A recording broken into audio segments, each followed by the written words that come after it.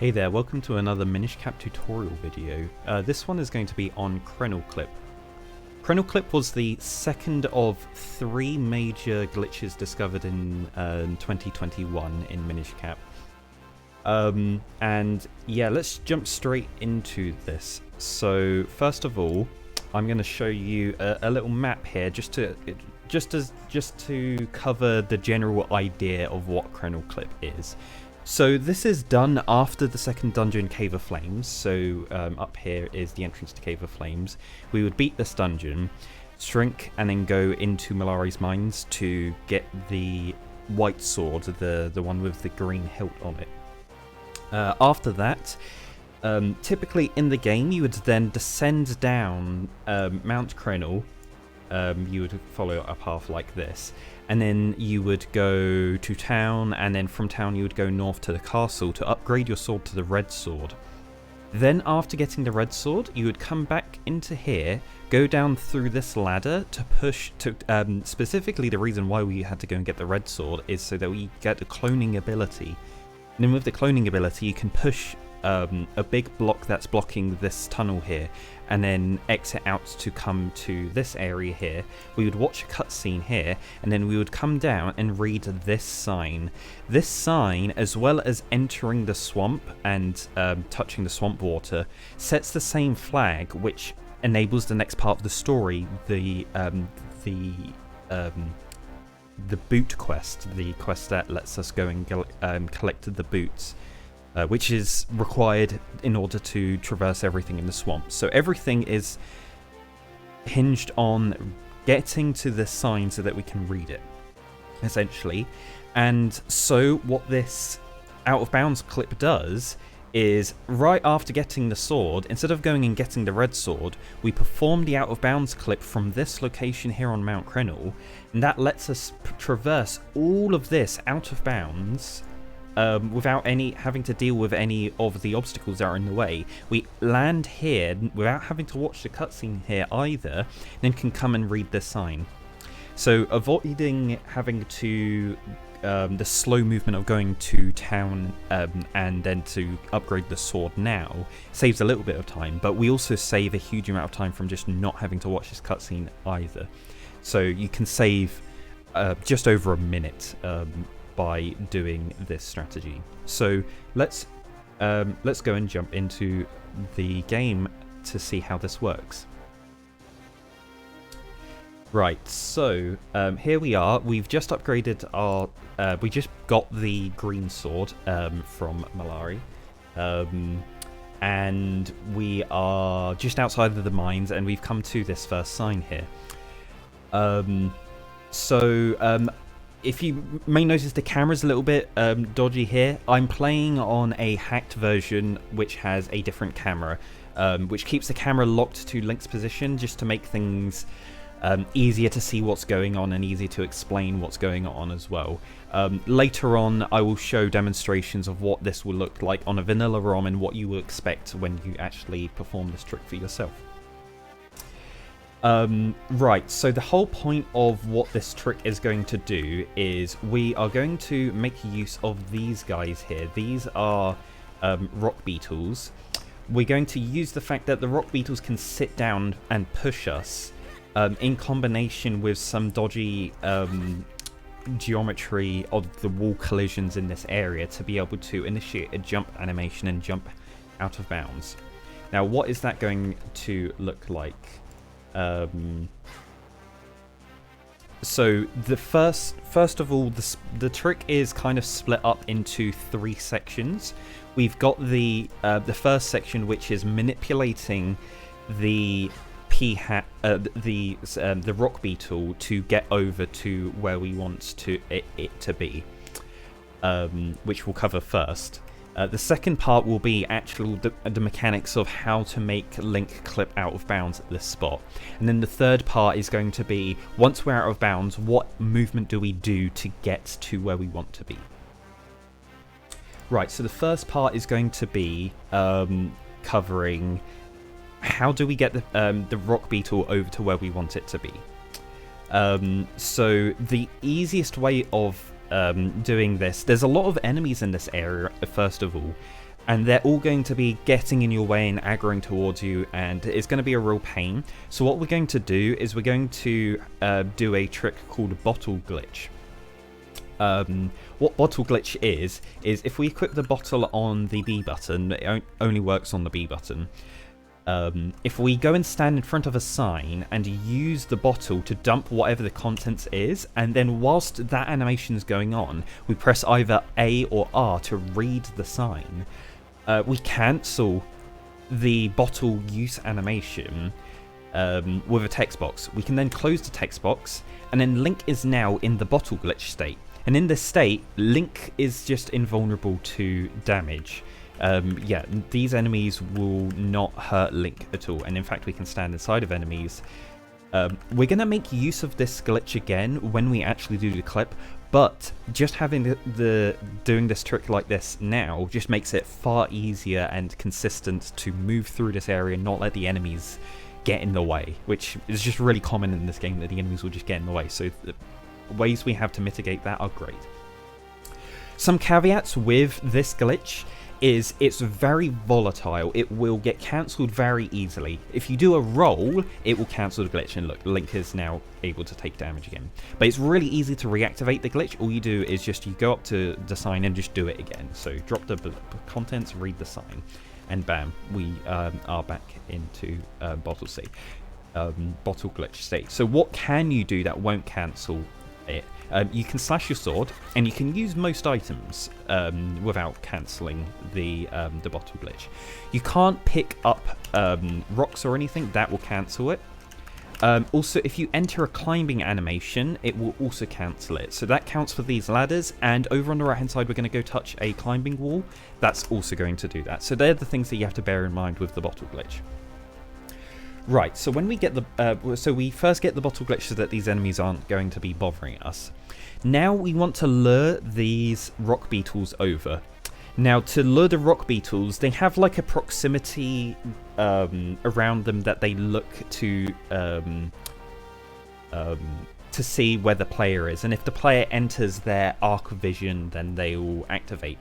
And what do these arcs of vision look like? They are exactly like they look exactly on the tiles that they're sat down on, horizontally and vertically. So this rock beetle is looking at the tiles directly to the left of it and the tiles directly below it, to see if the player is there. So if we stand directly below it, it's going to activate the rock beetle and make it get up and move. It moves a set distance before then stopping, doing a little like wiggle animation as it looks around before then sitting down again.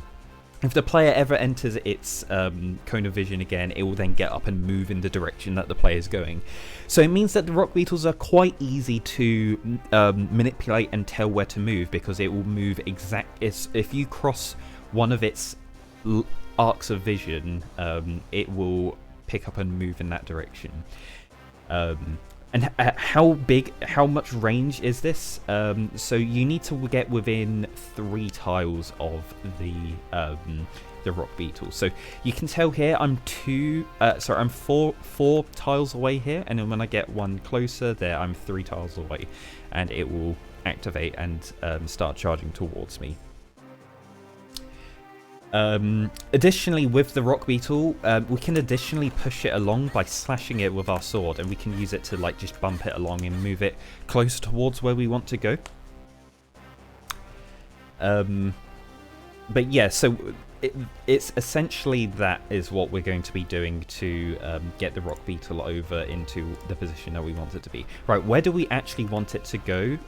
We want it to come over to this area here, and I'll just move it over to the spot to demonstrate where we want it to be. So we're going to move it over this way. Going to come down over here. All of this is typically very slow, and I'm going to show you the optimal way of moving this rock beetle that doesn't cost much time at all. But ideally what we're trying to get it to do, so we want it to come and stand in this corner there where it stood right now. On this climbing wall, it's on the left hand side against the pegs on the left there. This is where we want it to be, and then from this point we will do the setup for doing the the out of bounds clip. Just before that, we will go over what the optimal movement to get the Rock Beetle into position should look like. So after climbing down this ladder, we will do the bottle glitch. We walk over to this spot here and aggro this Rock Beetle. We slash it twice. 1, 2, 3. I didn't hit it enough times there. Let me try and do that again. But effectively what we do is we hit it 2 times as it's moving down, so that it's sat on this tile that I'm stood at right here.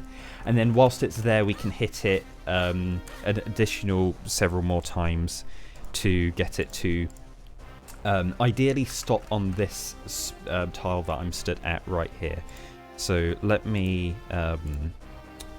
demonstrate that again. So we come over to here. 1, 2, 3, 4, 5, 6. And then it should stay here. And then so that's ideally where we're trying to get these Rock Beetle to align. We're looking at the 2 rocks above where it stopped, and we want it in line with the left-hand tile of those 2 rocks that are visible here. This is where you're aiming to get that Rock Beetle to stand in its first trip of getting up and moving along, and then before it sits down again. Now, the second time it gets up and moves, we want to be stood on its right-hand side so that it starts moving over to the right. It's going to move over to the right, and it's going to stop directly in front of this sign here, which is very nice for us because it means that we just slash it down twice and it will be in the corner. Bam, it's in the corner, and it's going to sit down, and it's going to be exactly where we want it to be, which is perfect. So that is the best movement to get it into place. We can move it from its spawn location to here in 2 of its getting up and moving along movements. Every time it gets up, moves, and then sits back down, costs about 6 seconds. So if you mess up this movement, you lose increments of 6 seconds of time waiting to get it into position. Right, so now that we've got it into position here, we want to kind of explain what is going to go behind this trick. Maybe it's best for... Let me just set a save state here. And then I will just do the clip to just demonstrate what it will look like.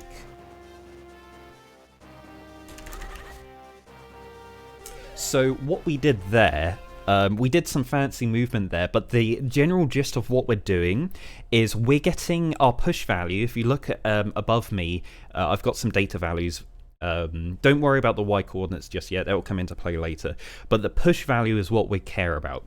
When Link pushes against an object, as soon as Link makes contact with a pushable object, this push value is basically always at 0 normally. But every frame Link is in contact with a pushable object, that value counts up by 1. So after 6 frames, which is a really short period of time, it's like 0.1 seconds. This hits value 6, and then Link transitions from just walking against an object to actually pushing against it. And if this object is a pushable object, something like a pillar, or in reverse as well, pulling, the game treats exactly the same. So it will be holding R and then pulling in the opposite direction. That push value, when it's at 6, the game triggers whatever the push action's supposed to be. So pushable objects like pillars, yeah, you'll push them. Statues, you'll push them. Ledges that Link hops off count as a pushable object, but instead of pushing the ledge at all, Link instead triggers their jump animation. And the combination, the nice link that we've got between being able to push objects to get this push value to the value you want it to be, and when the push value is at the right value we want it to be, in combination with, sorry, when the push value is value 6 against a ledge, it triggers a jump animation. We can combine a pushing against a pushable object into a jump action. And this is what we're going to be doing here. We're holding to the right, and we're holding the sword out here, which is helping to preserve our push value. But what happens at this point here is that the combination of everything that's going on, the Rock Beetle sits down and pushes us into this wall for 1 frame, and that frame is long enough to register that we've got a push value of 6, we're pushing against a ledge tile, so it should trigger a jump animation. So it jumps us out of bounds here, and we've landed out of bounds. Now, this may look incredibly difficult and complex, but it is far simpler when we break it down into steps. So, what are the first steps? So, the first step is we need to make sure that Link's vertical height is within a fairly tight tolerance. If we tried doing that same setup that we did just now, but our if we're not low enough, if we're too high, when the Rock Beetle sits down, it won't push Link into the wall. It will just push Link back out to just stand where he stood right now. It will just push him to in the wrong direction, basically, and we don't get the clip. So, and the window that we need to be vertically is 2 pixels. Now, this is actually really easy to spot. Let me just show it off here. So what we do is we have a look at Link's shadow, and we watch the shadow as it aligns against... I want to show my mouse cursor here. There we go. Right, this should be... Here we go. Right, so this is what we're looking at. We're looking at Link's shadow here, and we're looking at these white pebbles that are in this wall here. We are gonna slash our sword here just to pull this the sword out, because when you're moving around with a held sword, you move much slower, so it will be easier to do fine movements if you hold out the sword. You see that the first time I did it, I was facing down, but it doesn't really matter which direction that you're holding out the sword. Facing to the right when holding out the sword will be nicer because you're less likely to hit the Rock Beetle, but typically the direction doesn't matter that you're holding the sword or what orientation Link is in. But what we're looking for is for Link's vertical heights to be roughly here like this. That is too high here. If you see here where Link's shadow is, there is a gap between the Link shadow and these pebbles. You see there's this dark spot there. But if we go down 1 pixel, that looks good because you can't see a visible gap in between Link's shadow and these pebbles. You can also go down 1 more, like so, and this is also fine. Again, you can't see a gap there. If we try and go down 1 more though, you'll notice that Link will then grab onto the wall and start climbing down, which is bad. So this is why this trick can be a little bit tricky, and in the previous versions of this trick that have existed, it was a very difficult set of executions to be able to get this perfect position in place. But the way we're doing it now makes it far more lenient because we have all of the time in the world to get our vertical height in place. And the backup here, if you climb a climbable wall, if we remember, we need to have bottle glitch active. So we need to activate bottle glitch again because it gets disabled when we go on the climbing wall. So let's activate bottle glitch again. Right.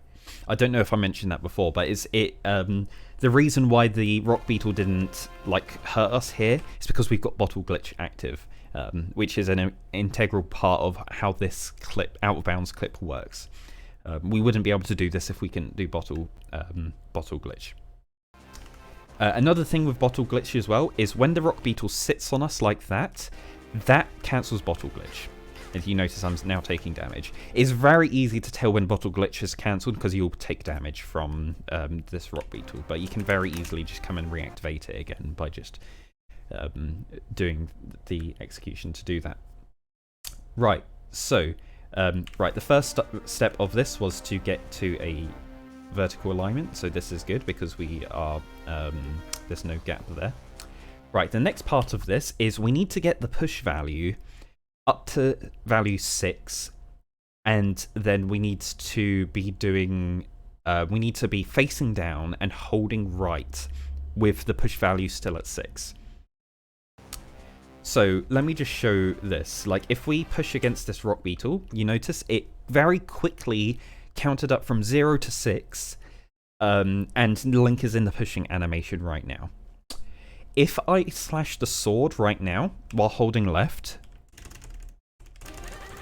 notice the push value is still at 6, and it was until the Rock Beetle got up and knocked me off. Whilst you're slashing the sword, you can let go of just the holding left and start like facing different directions. And the push value will be restored. Normally, if you push against something and then change direction like that, the push value immediately disappears. Like we'll push against this guy and try and walk up. Like the push value immediately disappears. But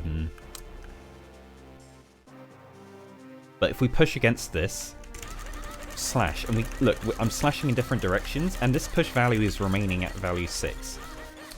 And then it was only after we stopped slashing for at least 1 frame that the push value disappeared and went back down to 6.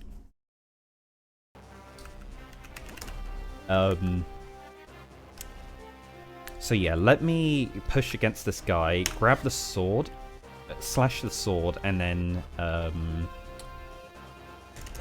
like facing in a different direction. That's not working.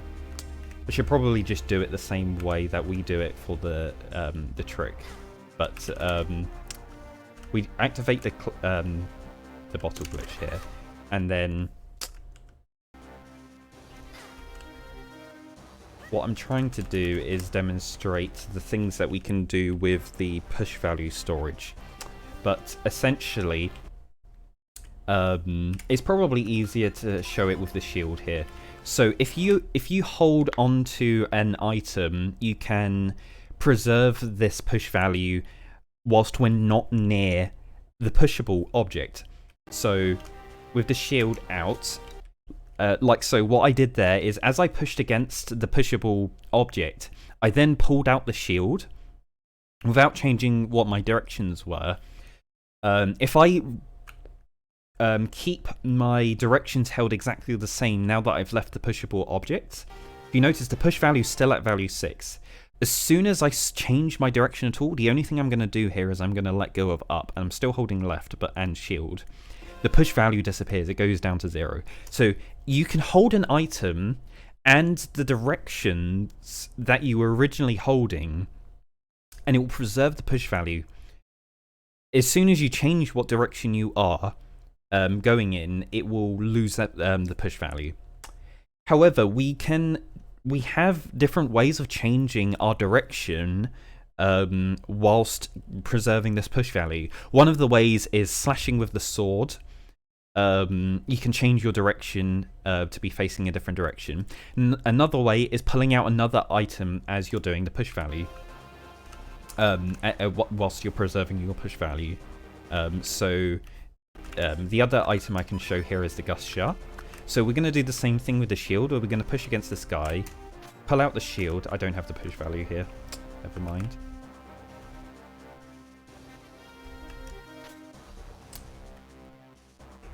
Struggling to get the push value here. Push value was at 1, but it still represents the same thing here. So what I did there was I did the same thing where I got a push value, held out the shield, and was holding diagonal up left. And then as I was moving up left with the shield, I the input that I did was I held the gust jar, and the gust jar cancelled the shield, and whilst Link was in the animation of pulling out the gust jar, that push value wasn't updating at all. It was remaining at 1, and we were allowed to do, you can release all of the buttons really, and it will still keep that push value, and then we can just hold the gust jar and hold in a different direction, and it will keep this push value preserved here as we've changed our direction that we're moving. We're gonna basically combine these two different things that we can do with the push value, changing what direction Link is facing and changing the direction you're moving while maintaining push value. And we're all going to do this entirely with the sword here. So we'll go through this slowly so it's easier to see what's going on.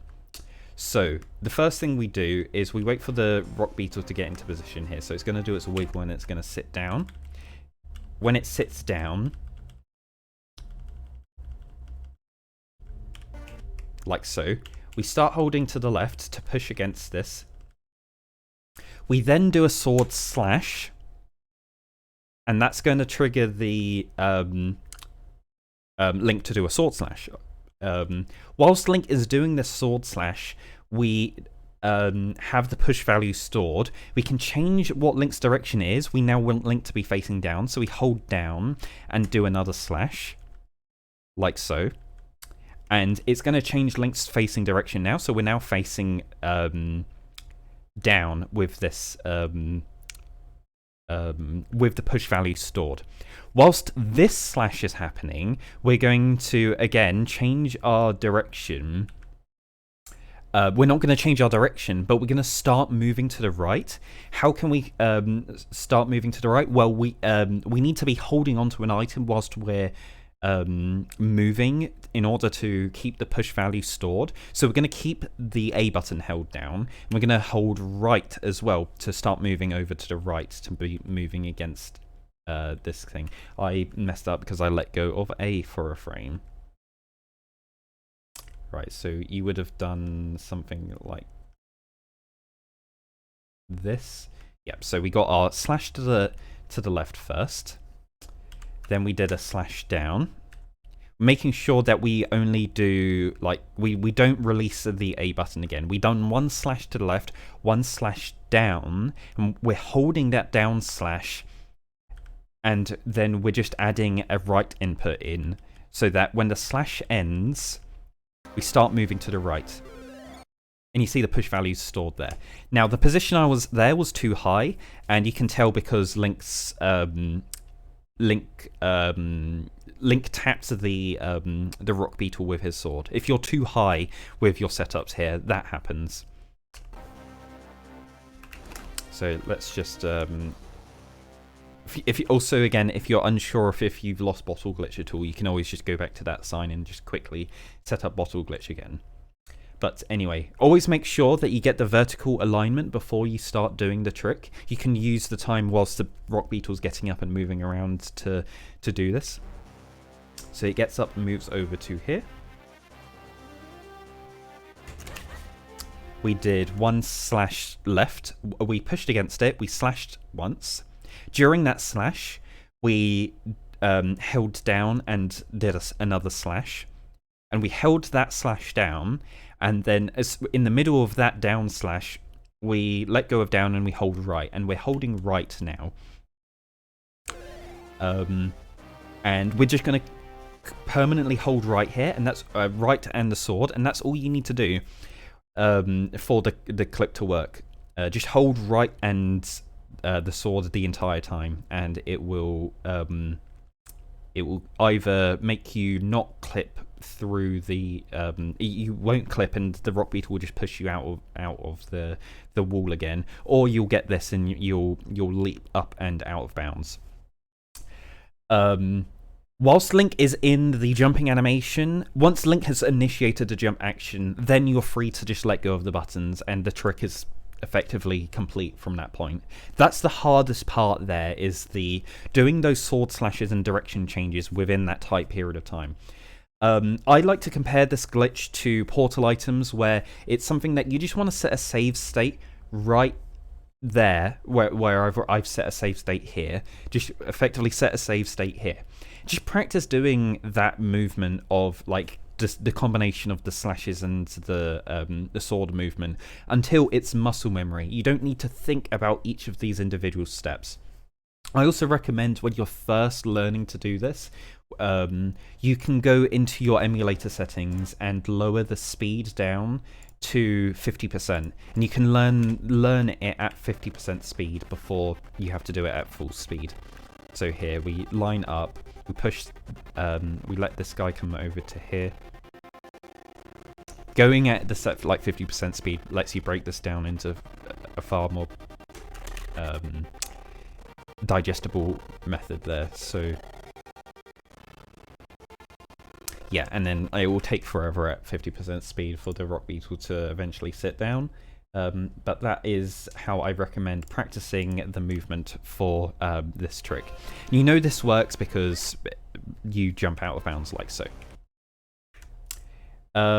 What does it look like if you messed up any of the actions? Things will look a little bit different. So if we go and we effectively like mess up the rock storage, like the push value storage here.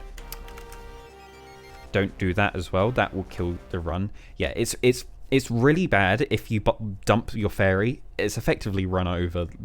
There is nowhere nearby that you're going to be able to get fairies. You would have to climb all the way back down to the entrance of Cave of Flames. Remember the cave that we get 15 rupees as 3 blue rupees? You just climb down this wall to go to the next screen down, and you go 1 screen additionally, and then there's a bombed wall on the left hand side. There's fairies in there. They're the closest ones that you can get to, but that it loses so much time to have to go and get that. It's very much not worth doing that. So yeah, it's just incredibly bad if you dump your fairy and don't get to use it. Also, dumping the fairy, if you've already got bottle glitch active and you use the bottle, it will also cancel bottle glitch. It's one of the only items that when you use it will cancel bottle glitch. All of the other items are fine. But yeah, really make sure that you're stood directly in front of that of the sign each time you want to try and do bottle glitch. Right, so yeah, so what happens if you don't do the right movement and say you're just ever so slightly too slow and there's a couple of frames where Link is not in one of the slashing animations that you before you started doing the next one. What this does is it sets the push value to 0.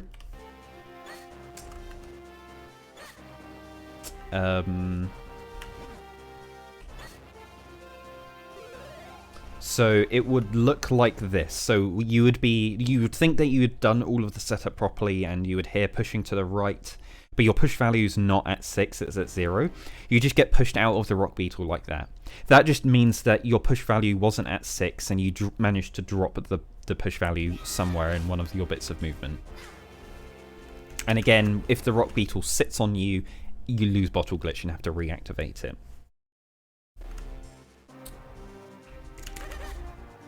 Yep, so that can also happen where you just messed up the button inputs there. But here, yeah, my vertical alignment's good here. We get the push value stored and we move it, we keep it preserved as we move out of bounds over to this location here. And now this brings us on to the final section of this glitch, which is, now that we're out of bounds, what do we do out of bounds? How do we even get over to the sign that we were at before? I want to go back to the map that I brought up earlier, just to show off just to give an idea of what's going on. So here's the spot that we did the clip here. We've jumped out of bounds. We've managed to land somewhere out of bounds here. Now, we're going to go through several rooms. And rooms in this game that are out of bounds rooms are really weird.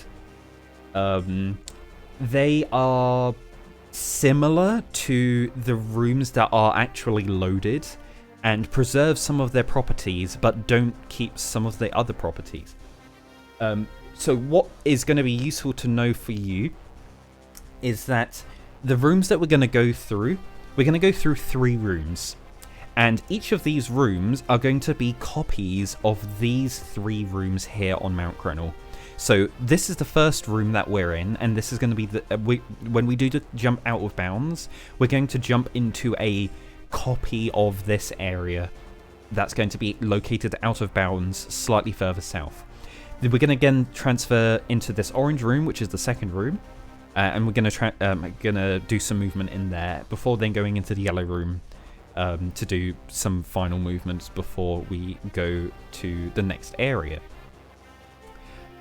So what do these rooms look like? So the copies of these rooms don't keep the same sizes and shapes. They're going to be slightly different. So what are they going to be? Well, I've mapped it all out, and it's a little bit it doesn't make exact sense, but it will be nice to visualize it here. So it looks like this. So this red room is the first room that we jump out into. So when we clip out of bounds, we land in the top right corner of this room. And then in this room, when you're in these out of bounds rooms, the properties that are kept from the room that it was originally from, or the room that you're loaded it in essentially, but you're in an out of bounds version of it. There are the things that are important to know is one, there's no collision, there's no objects loaded, nothing. It's all just a complete blank void that you're just free to move about unhindered, which is very, very useful, so we don't need to avoid any walls or do any climbing walls or anything like that, which normally slows us down here on Crenel. We can just roll the whole way, and it just being unobstructed lets us go fast.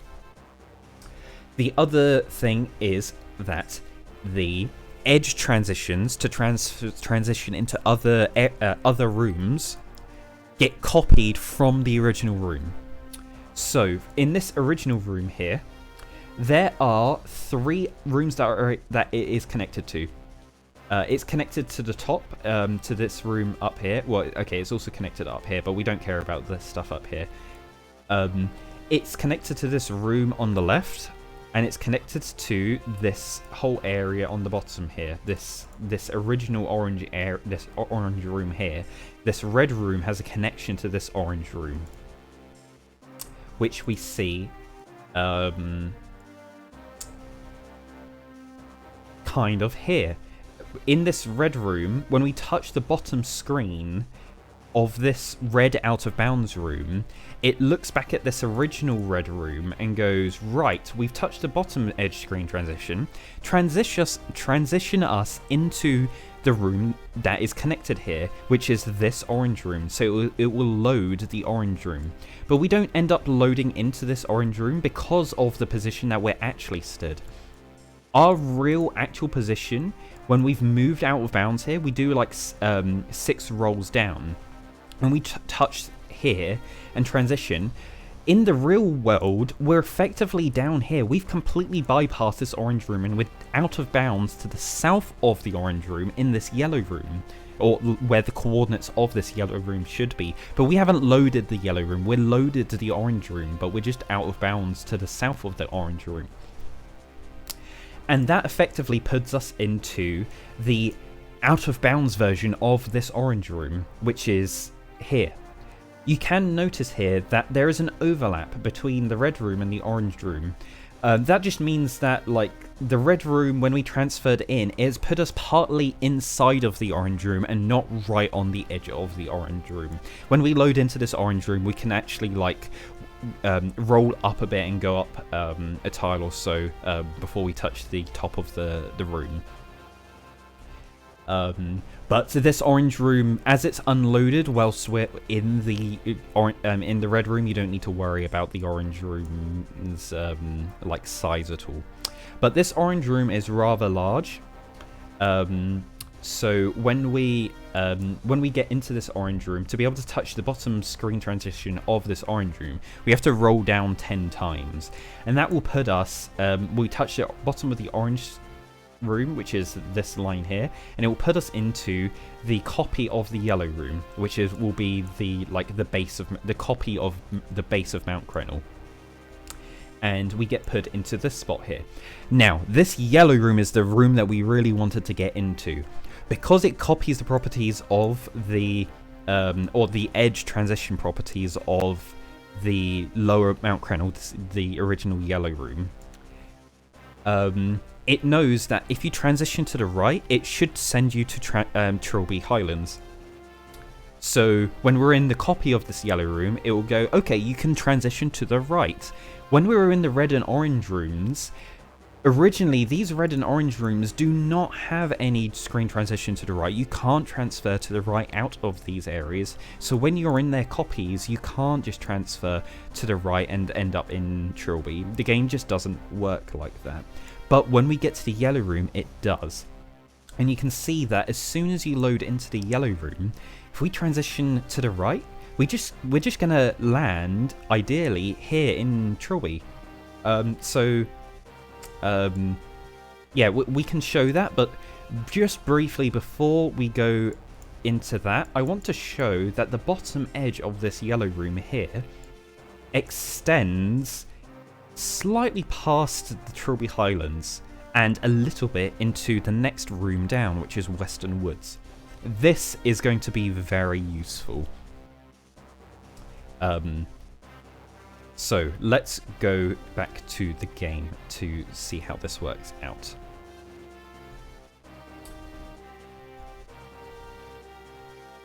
Right, so here we are. We've just done the clip out of bounds, and let's just go through the movement of what we do out of bounds.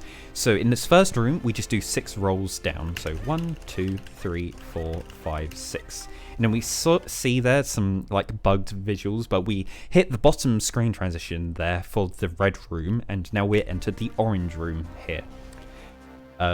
This one we do 10 down, so 1, 2, 3, 4, 5, 6, 7, 8, 9, 10.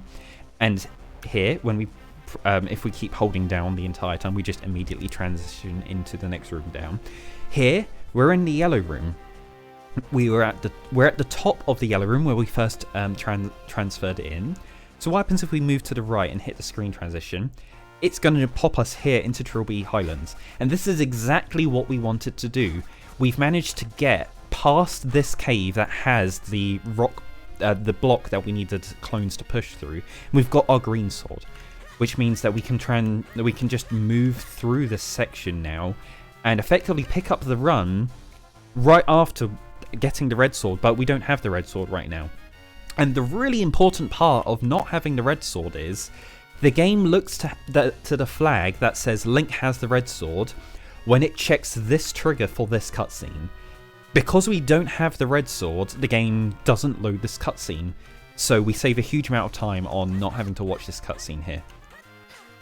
Another fact with this cutscene, if you've seen this cutscene, this triggers the town to change state, so that the guards are moving around in the town. Because this is the whole cutscene of Link, Vati possesses the king and then sends the guards out to search the world for like plot reasons.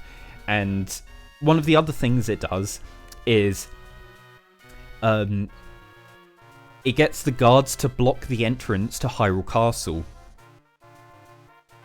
and forces you to go through the hedge maze to enter Hyrule Castle from this point on in the story. If we don't watch this cutscene ever, the guards haven't blocked the entrance to Hyrule Castle, and we can just avoid having to go through the hedges each time, so we can just go immediately into the castle each time. But yeah, so anyway, avoiding having to watch that cutscene at all, we come down over to here, read the sign, and then move over to the right here, and then continue how we would normally continue the run, going and doing the boot stuff. I will go on to the different routes that you do, because we do need to get the red sword at some point, but that is a more complicated thing, which we will get to in a second. I just want to finish off how we finish the movement here. So here we're out of bounds. We just done the out of bounds clip. Let's go back to where we were. So we're in the red copy room here. So 1, 2, 3, 4, 5, 6 down. Here's the orange room, and we do 10 down. I've lost count. I'm just going to keep rolling here. And now we're in the yellow room. We want to roll down 6 times. 1, 2, 3, 4, 5, 6. You notice when we go down 6 times, we do 6 rolls down, and we just hit a wall and then stop moving down at all. When we go down, and hit this wall, we then want to transition to the right.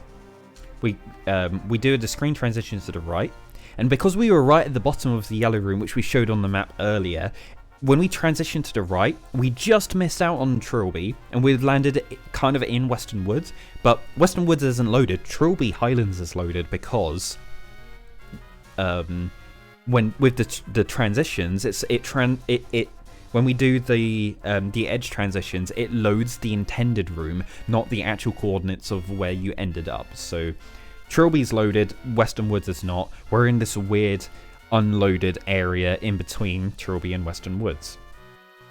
This is quite a nice spot to be in. There's a really tiny window that we hit here, but it just happens to line up exactly with the bottom of the edge transition, the edge of the previous room that we were in. If we just go all the way down to the bottom, transition to the right, we just hit this nice little corridor here really nicely. You need to note that this top wall is solid and doesn't do anything, but this bottom, there's a wall right below us here that I'm rolling into. I'm rolling into it on purpose, because if you touch this wall and touch down, it's a loading edge, and it will load us into Western Woods, which means that we're free to load into Western Woods at any horizontal position that we want to be in. Now, unfortunately, in Western Woods, there's a lot of trees and walls that block the upper section of it, so the only safe place that we can enter in is from the intended transition point. We can get to there very easily by just doing 5 rolls to the right. So when we first enter in from Crenel, we'll end up somewhere like here, and we'll just do 5 rolls to the right. 1, 2, 3, 4, 5 to here, and then we just hold down out of the last roll, and it will just transition us here. And then from here, we would just do our regular movement here. We would just roll down and go and read that sign. Before carrying on. So this is the method that you should do. In that last room, you just do 6 rolls down, and then when you load into Trilby, you're actually in a weird out of bounds spot that you can just do 5 rolls to the right, transition down, and you land here, and then you do all of this movement like so. Now what I'm going to show you now is a very unreliable strat that is called McYeeHaw.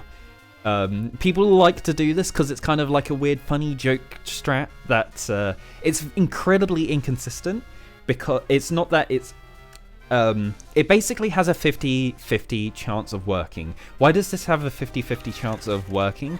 Let me just go back to the spot that actually matters for this to work. So when we come all the way down to the bottom of the yellow room here, now we've loaded into the yellow room. When we come to here, when we do our last roll against this wall, if you look at the Y position value, it says that we're at 2207. If I walk up and walk down against this wall, again, it'll still say 2207, but if we roll and each time we roll and walk down, roll towards this this wall, that Y position is going to be slightly different. It's either going to be 2206 or 2207. Now, how the coordinates work is that the higher you are, the smaller the value is. So it increases as you go down. So 2206 is 1 pixel higher than 2207. So we're 1 pixel higher in this spot than if we did this, and we are 1 pixel lower. And effectively, it's a 50-50 if you get 1 pixel or the other, and there's no way of telling which one you got unless you've got a data visualizer that tells you what your coordinates are. That whilst we're out of bounds, it's not very apparent here on this ROM that I'm playing on that shows you your position, but when you're playing on the vanilla version of the game, the camera is locked back at the original room that you're in and makes it so that it's you can't really see anything useful of what's going on. And when we transition into the next room over, again, there's not really much we can do in order to determine what pixel alignment that we're at. So unfortunately, we just can't tell what pixel we're at, even though we know what the correct pixel you want to be on is. But anyway, you want to be on the lower pixel here, 2207, when you do the screen transition over to the right here. Now, what McYeeHaw is when you load into Trilby Highlands, what you do is you do 1 roll to the right and then you hold down. And if you got if the pixel value that you landed on when you transitioned into Trilby was 2207, you clip through this rock here, and then you land in this area, which lets you roll down here and read the sign slightly faster than if you had to roll to the right a bunch of times and walk around. It's about 3 seconds faster, optimally. Now, what happens if your value is not 2207 and is instead 2206? Let me just do a save and quit here just to get back to this spot here. So instead, we have value 2206 instead of 2207. So you roll to the we try and do McYeeHaw again. So we do a roll to the right and hold down. Instead, because we're 1 pixel higher, we get stuck inside this rock, and you're just soft locked here. There's no way of getting out. There's nothing you can do. There's no items you can use. If you had the cape, you could be able to break out of this spot here, but unfortunately, none of the items we have here will help us at all. Yeah, even like the bomb just doesn't help us.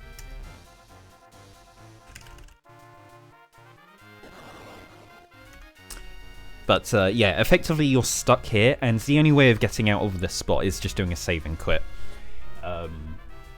You would save and quit, and note that when you do the save and quit, it saves your exact position that you entered the room in.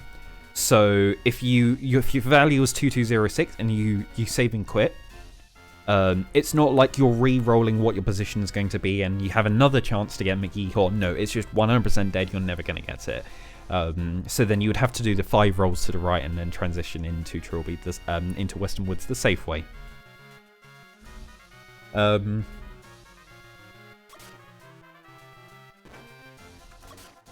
Right, and before I go on to routes of what to do, how to get your red sword, because we do need to get the red sword later, I'm going to switch over to the vanilla copy of the game, and I'm going to do a couple of demonstrations here of what it should look like to you actually doing it on your copy of the game.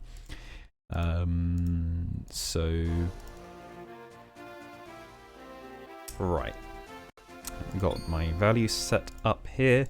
Right, and here is where we're at. Right, let's do this once. Right, so we equip the fairy, we bottle glitch, we walk over to here, get this guy 1, 2, 3, 4, 5, 6. He sits there, we aggro him again, we slash him down twice, 1, 2. We get our vertical alignment here.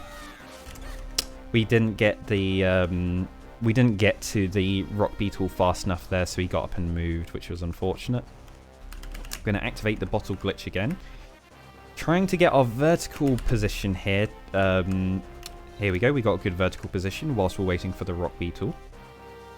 Gonna do the clip here. I completely messed up that movement there.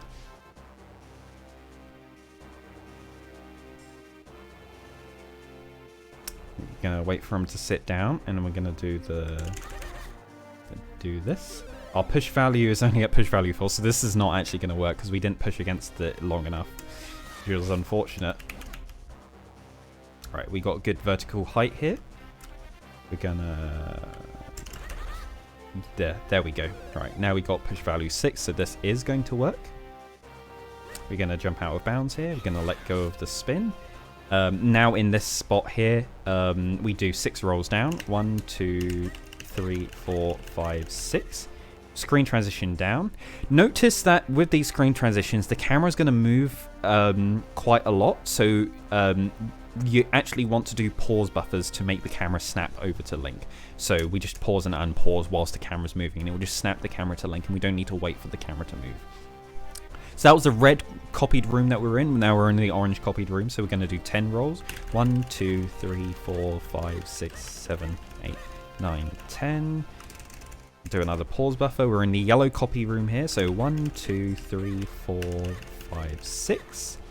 We're going to roll to the right, transition into Trilby. 1, 2, 3, 4, 5 transition rolls to the right, and then roll down, and then transition down. And then in this area, we can just go and read the sign. And that is that's all of the parts of the trick combined into one. I went through it pretty slowly there, just stopping at points just to demonstrate things, but if you want to see what it looks like at full speed, I believe the person that's done this newest version of it in an actual run so far is Nitros. They have a 135, a really low 135. I want to say like 08, 135.08 or something. But yeah, you can jump to about 35 minutes into their PB video to check out the execution of it so far. But ideally, people from this point on will be doing this new strategy of Crenel Clip to do this, because it's far easier now than it used to be.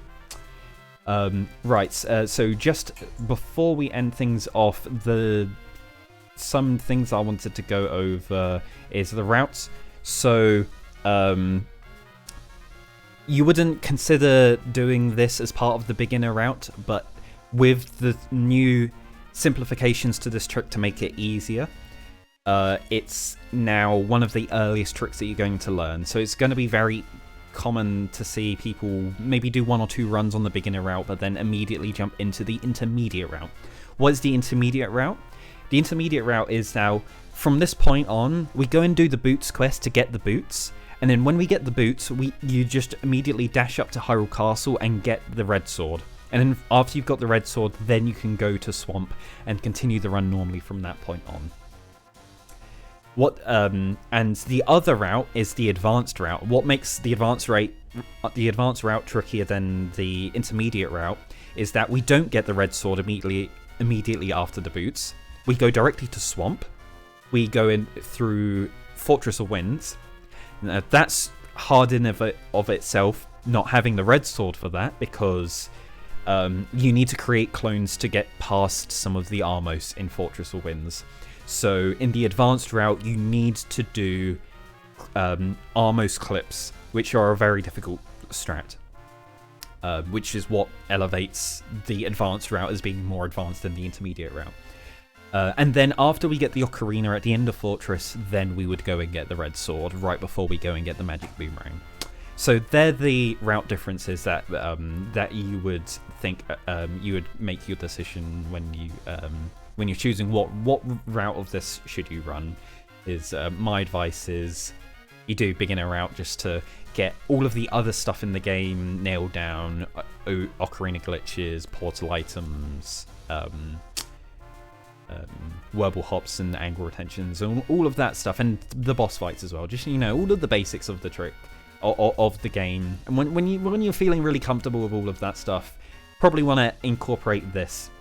Also start thinking about incorporating McYeeHaw Clip, and those things combine together to make the intermediate route what it is.